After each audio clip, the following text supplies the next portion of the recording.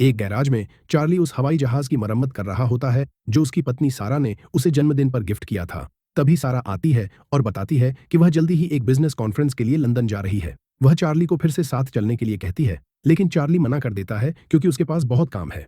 कुछ समय बाद चार्ली सीआईए मुख्यालय पहुंचता है। डिक्रिप्शन और एनालिसिस विभाग की तरफ जाते हुए वह उन सभी सुरक्षा स्कैनर से गुजरता है जिन्हें उसने खुद बनाया था। फिर वह काम पर लग जाता है। अचानक उसे एक मैसेज मिलता है इनक्विलीन से, एक रहस्यमय व्यक्ति जिससे वह सालों से संपर्क में है। हमेशा की तरह इनक्विलीन के पास उसे बेचने के लिए कुछ बेहद गोपनीय जानकारी होती है, लेकिन इस बार वह चेतावनी देता है कि ये दस्तावेज सीआईए के लिए खतरा बन सकते हैं। चार्ली उसकी लोकेशन का अंदाजा लगाता है और कहता है इस्तांबुल, लेकिन इनक्विलीन कुछ नहीं बताता। इसके बाद चार्ली दस्तावेजों का विश्लेषण करने लगता है, लेकिन हैरानी की बात यह है कि उसकी जैसी तेज दिमाग वाला इंसान भी इस कोड को नहीं समझ पाता। लंच ब्रेक के बाद चार्ली वापस अपने ऑफिस आता है और सारा का कॉल आता है। वह बताती है कि वह लंदन पहुंच चुकी है, लेकिन चार्ली पहले से जानता है क्योंकि वह सारा की ट्रैकिंग कर रहा था। वे ज्यादा बात नहीं करते क्योंकि चार्ली का मन फिर से उन रहस्यमय दस्तावेजों पर लगा होता है। कोड नहीं खुलने पर वह अपना कंप्यूटर एक विशेष क्षेत्र में ले जाता है जहां एक और उन्नत सिस्टम उसकी मदद करता है। काफी मेहनत के बाद वह आखिरकार दस्तावेज खोल लेता है और जो जानकारी सामने आती है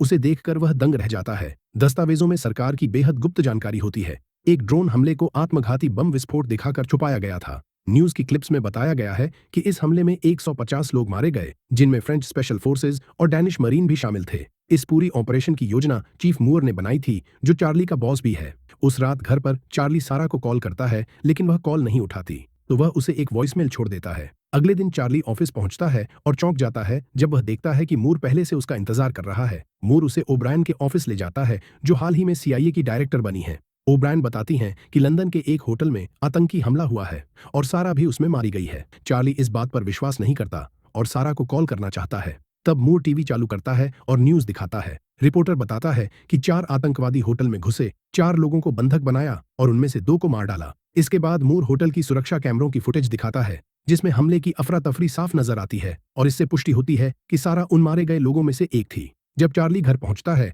तो वहां दर्जनों रिपोर्टर इंटरव्यू के लिए इंतजार कर रहे होते हैं और पुलिस उन्हें पीछे रोकने की कोशिश कर रही होती है। एक दोस्त चार्ली की मदद करता है ताकि वह बिना किसी परेशानी के घर के अंदर जा सके। अगले दिन चार्ली मूर और सुपरवाइजर कैलिब से सामना करता है क्योंकि उसे इस पूरी घटना पर शक होने लगता है। उसे विश्वास नहीं होता कि आतंकवादी लंदन जैसी जगह में, जहां हर जगह सिक्योरिटी कैमरे लगे हैं, इतने आराम से आ जा सकते हैं। ऊपर से वे ट्रैफिक के बीच गाड़ी भी लेकर आए। मूर कहता है कि वे इस मामले की जांच कर रहे हैं, लेकिन कैलिब उसे घर जाने के लिए कह देता है। फिर अगले दिन चार्ली एयरपोर्ट जाता है सारा का शव और उसका सामान लेने। घर आकर वह सारा का सूटकेस खोलता है और उसमें उसके लिए खरीदा गया एक गिफ्ट पाता है। यह देखकर वह टूट जाता है और भावुक होकर रो पड़ता है। घर में बैठे बैठे परेशान होकर चार्ली फिर से काम पर लौट जाता है। वह फिर से उस विशेष कंप्यूटर का उपयोग करता है और होटल तथा आसपास की सड़कों के सिक्योरिटी कैमरों को हैक करता है। वह घटनाओं की एक टाइमलाइन बनाता है और उसे अपने सीनियर्स को दिखाता है। उसके मुताबिक 4 आतंकवादियों ने ईस्ट एंड से एक गाड़ी चुराई, फिर होटल के सर्विस एंट्रेंस से अंदर गए और बड़ी सफाई से सारे फिंगरप्रिंट और डीएनए के निशान मिटा दिए। ऐसा लगता है कि उनका इंडोनेशिया की इम्पैक्ट इन्वेस्टमेंट्स नाम की कंपनी से कोई मीटिंग थी, लेकिन कुछ गड़बड़ हो गई और होटल के कॉरिडोर में बहस शुरू हो गई। जब कंपनी के एक सिक्योरिटी गार्ड को गुस्सा आया तो एक आतंकवादी ने गोली चला दी। इसमें एक गार्ड की मौत हो गई और दूसरा गंभीर रूप से घायल हो गया। होटल की सुरक्षा टीम को तुरंत खबर दी गई और उन्होंने पुलिस को बुला लिया। पकड़े जाने के डर से आतंकवादी जल्दी जल्दी होटल के कॉन्फ्रेंस रूम में घुसे और वहां मौजूद कुछ लोगों को बंधक बना लिया। सारा को इसलिए पकड़ लिया गया क्योंकि वह कुछ लोगों की मदद करके उन्हें बाहर निकालने की कोशिश कर रही थी। चार्ली ने आवाज और चेहरे की पहचान का एनालिसिस किया, जिससे उसे 4 आतंकियों की पहचान मिल गई। मिश्का जो मास्को से है, लॉरेंस जो साउथ अफ्रीका की स्पेशल फोर्सेज का पूर्व सैनिक है, हॉर्स्ट एक भाड़े का लड़ाका है और ग्रेट चेन जो पहले खुफिया एजेंसी में थी। लेकिन जब चार्ली यह सब बताता है तो वह देखता है कि कैलिब और मूर को कोई हैरानी नहीं होती, जिससे चार्ली को समझ आता है कि वे पहले से सब जानते थे। वे चार्ली से कहते हैं कि वे पहले से इस पर काम कर रहे हैं और उसे एक थेरेपिस्ट से मिलने भेज देते हैं। अगले दिन चार्ली अपने आईडी बैज में एक चिप छुपाकर ऑफिस आता है। वह सिक्योरिटी स्कैनर से आसानी से गुजर जाता है क्योंकि चिप पकड़ी नहीं जाती। अपने ऑफिस में वह सारे गोपनीय दस्तावेज प्रिंट करता है और एक स्किमर की मदद से उनका डिजिटल कॉपी बना लेता है। उस रात चार्ली एक बार में जाता है और एक जूक बॉक्स को एक तक देखता रहता है।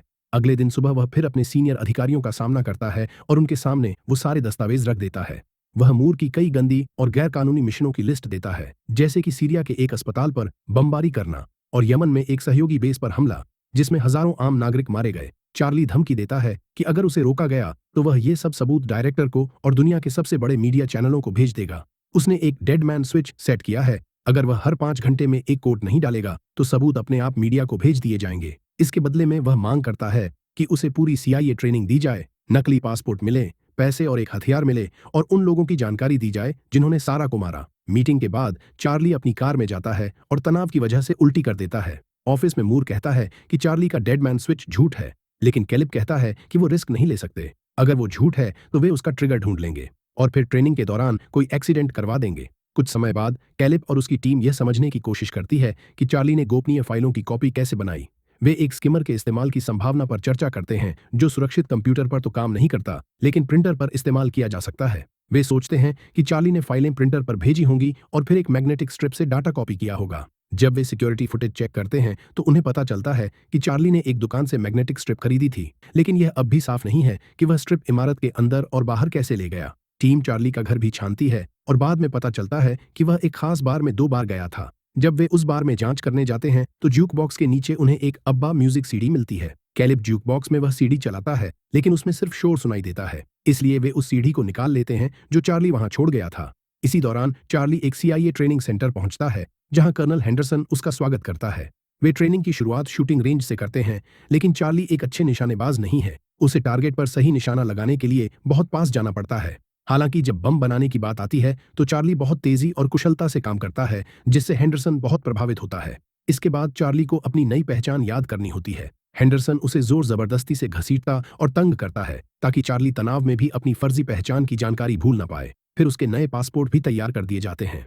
उस रात हेंडरसन चार्ली के कमरे में आता है और कहता है कि तू हत्यारा नहीं है, लेकिन चार्ली कहता है मुझे इंसाफ चाहिए। तब हेंडरसन उसे एक बंदूक देता है और कहता है मेरे सीने पर निशाना लगाओ। चार्ली के हाथ कांपने लगते हैं और अंत में वह बंदूक नीचे कर देता है।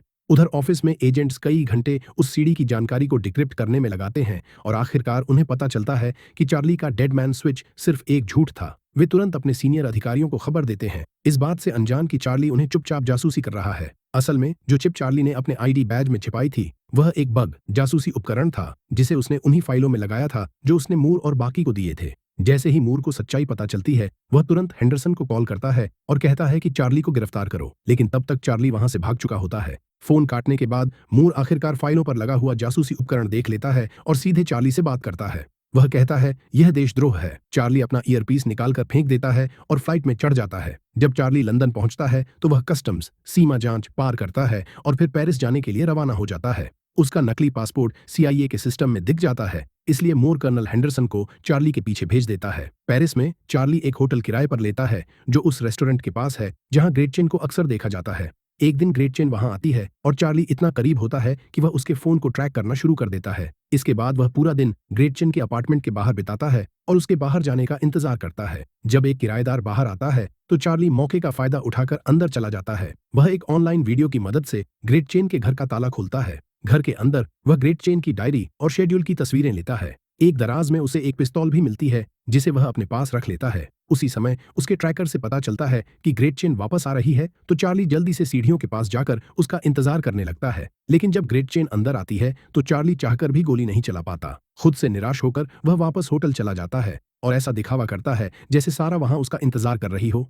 थोड़ा शांत होने के बाद वह ग्रेटचेन की तस्वीरों को ध्यान से देखता है और पाता है कि वह अक्सर अस्पताल जाती रही है। जब वह उसकी मेडिकल हिस्ट्री को हैक करता है तो पता चलता है कि उसे बहुत सारी एलर्जीज हैं। अगली सुबह चार्ली ढेर सारे फूल खरीदता है और कैफे में ग्रेटचेन को देखकर उसका पीछा करता है। वह देखता है कि ग्रेटचेन अस्पताल में टेस्ट करवा रही है। डॉक्टर नोटिस करता है कि कंप्यूटर स्क्रीन में गड़बड़ी है तो वह मदद के लिए कमरे से बाहर चला जाता है। तभी चार्ली डॉक्टर के भेष में कमरे में घुसता है और ग्रेटचेन को उस मशीन के अंदर बंद कर देता है। ग्रेटचेन घबरा जाती है, लेकिन चार्ली मशीन के चैम्बर में परागकण भरता रहता है क्योंकि उसे पता है कि ग्रेटचेन को उनसे एलर्जी है। बाहर डॉक्टर और नर्स शोर सुनते हैं लेकिन दरवाजा बंद है। ग्रेटचेन धीरे धीरे कमजोर होने लगती है। चार्ली कहता है अगर तू बताती है कि हॉर्स्ट कहाँ है जिसने सारा को मारा तो मैं मदद करूंगा, लेकिन एलर्जी के कारण ग्रेटचेन बोल नहीं पाती। चार्ली मशीन खोल देता है लेकिन ग्रेटचेन तुरंत उस पर हमला कर देती है। फिर दोनों कमरे में जोरदार लड़ाई करते हैं, एक दूसरे को फर्नीचर से टकराते हैं। चार्ली अपनी पिस्तौल निकालता है लेकिन ग्रेटचेन उसे गिरा देती है और कमरे से बाहर निकल भागती है। हताश चार्ली ग्रेटचेन का पीछा करता है और सड़क पर पहुंचता है,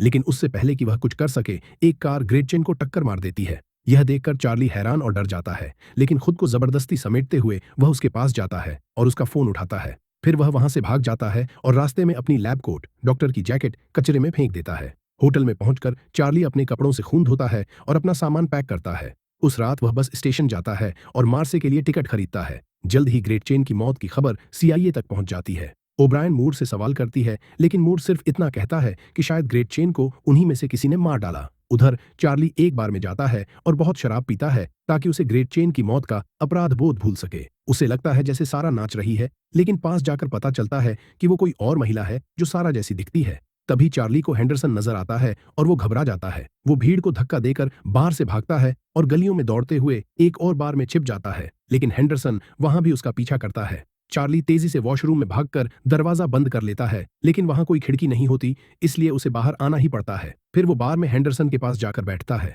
हेंडरसन बताता है कि उसने चार्ली को ग्रेट चेन के फोन से ट्रैक किया था।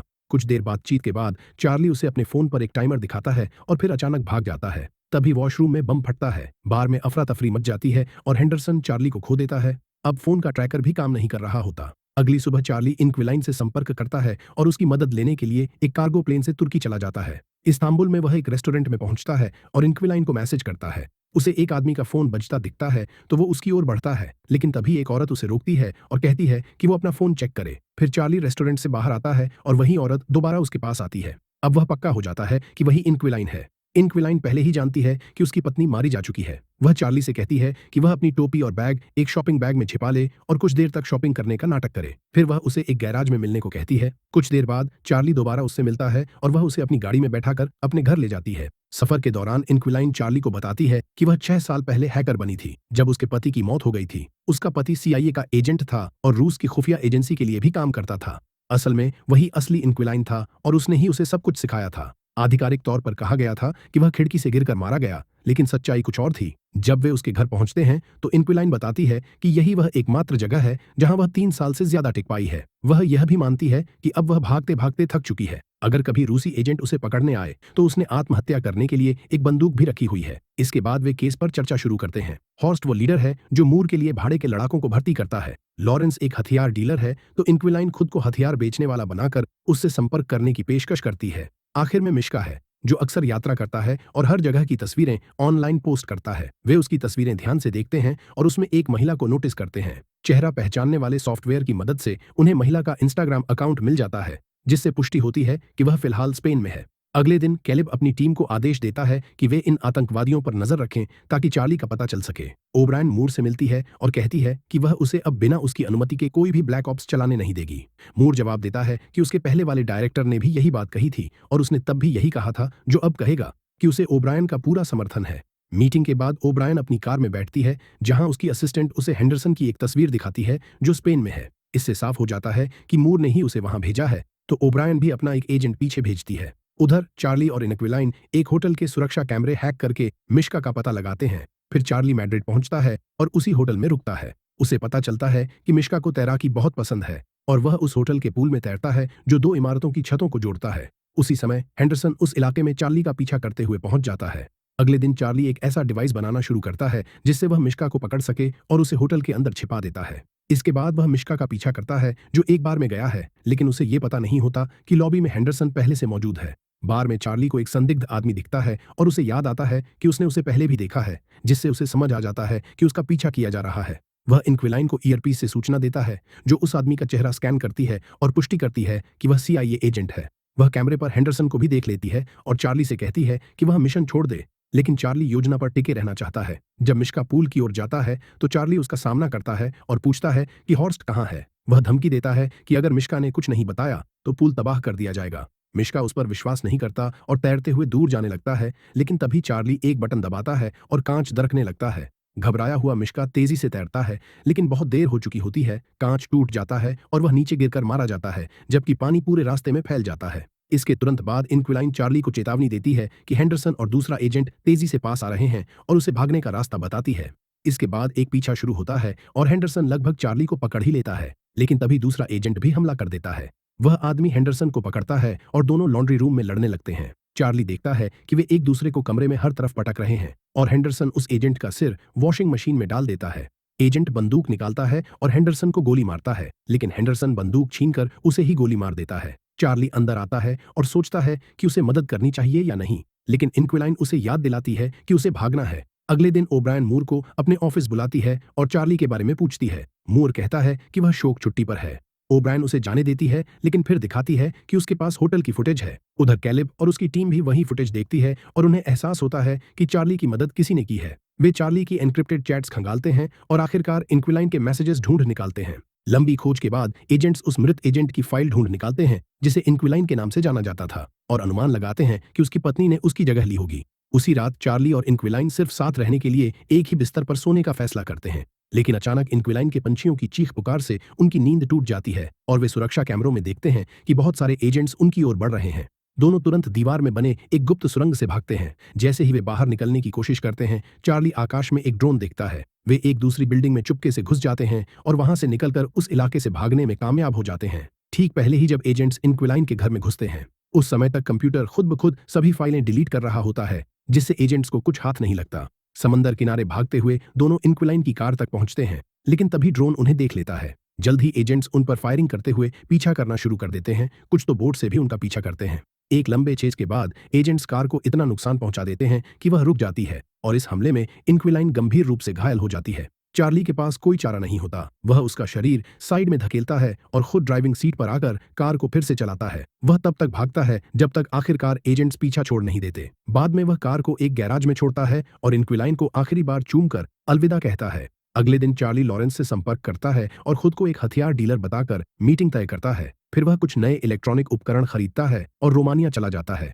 एक सुनसान इमारत में वह अपने चेहरे की वीडियो रिकॉर्डिंग करता है और बर्लिन के एक सुरक्षा फीड को हैक कर देता है, जिससे सीआईए को लगता है कि वह बर्लिन में है और वे अपनी टीम वहां भेज देते हैं। जब लॉरेंस मीटिंग के लिए आता है तो उसे एक कुर्सी पर रखा बजता हुआ फोन मिलता है। चार्ली उसे एक डिब्बा खोलने को कहता है जिसमें लॉरेंस को कई बम दिखाई देते हैं। चार्ली चेतावनी देता है कि अगर वह हिलेगा तो बम फट सकते हैं। डिब्बे में उसे सारा की तस्वीर भी दिखती है। उसी समय चार्ली उसके पीछे प्रकट होता है और हॉर्स्ट का ठिकाना पूछता है। साथ ही वादा करता है कि अगर लॉरेंस सहयोग करेगा तो वह बम निष्क्रिय कर देगा। लॉरेंस बताता है कि हॉर्स्ट रूसी समुद्री इलाकों में ऑपरेट करता है और आमतौर पर बाल्टिक के एक सीपोर्ट पर डिलीवरी लेता है। फिर चार्ली हॉर्स्ट से संपर्क करने का तरीका पूछता है तो लॉरेंस बताता है कि हॉर्स्ट केवल अपने लोगों से गुप्त कोड के जरिए संदेश प्राप्त करता है। उसके फोन में सभी नंबर और नाम मौजूद हैं और वह फोन जमीन पर फेंक देता है। चार्ली फोन उठाता है और वहां से निकल जाता है। जैसे ही वह दूसरी ओर जाता है, पीछे से बम धमाके की आवाज आती है। लॉरेंस मारा जा चुका है। जल्द ही सीआईए को रोमानिया में लॉरेंस की मौत की खबर मिलती है और उन्हें एहसास होता है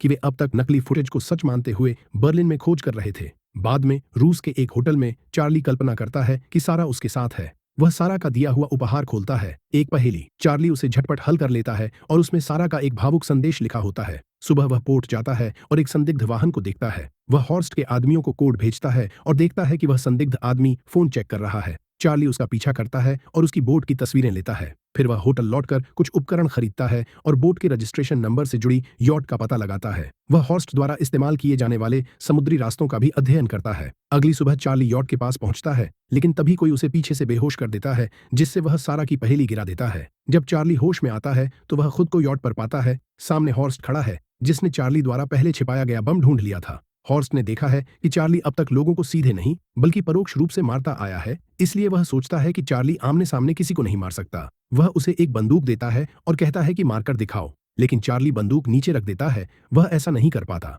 अचानक यॉट अपनी दिशा बदल देता है और पूरे क्रू में हड़कंप मच जाता है। तभी चार्ली खुलासा करता है कि उसने यॉट का नियंत्रण अपने हाथ में ले लिया है, क्योंकि यह यॉट सीआईए द्वारा संचालित है और इसके सुरक्षा प्रोटोकॉल उसने ही डिजाइन किए थे। इसी वजह से उसे हैक करना उसके लिए आसान था और अब यॉट को वह फिनलैंड की ओर मोड़ चुका है। जल्द ही यॉट को फिनिश नेवी और इंटरपोल घेर लेते हैं और हॉर्स्ट अब उसके आदमियों को तुरंत गिरफ्तार कर लिया जाता है। कुछ समय बाद ओब्रायन एक प्रेस कॉन्फ्रेंस करती हैं और घोषणा करती हैं कि उन्होंने उन सभी भ्रष्ट एजेंट्स को गिरफ्तार कर लिया है जो सीआईए के संसाधनों का गलत इस्तेमाल कर रहे थे। चार्ली से मिलने हेंडरसन आता है और कहता है कि उसे चार्ली पर गर्व है। फिर चार्ली सारा की कब्र पर जाता है और अंतिम विदाई देता है। अंत में चार्ली अपने घर लौटता है और पहली बार उस हवाई जहाज को उड़ाता है जो वह सारा के लिए बनाए बैठा था।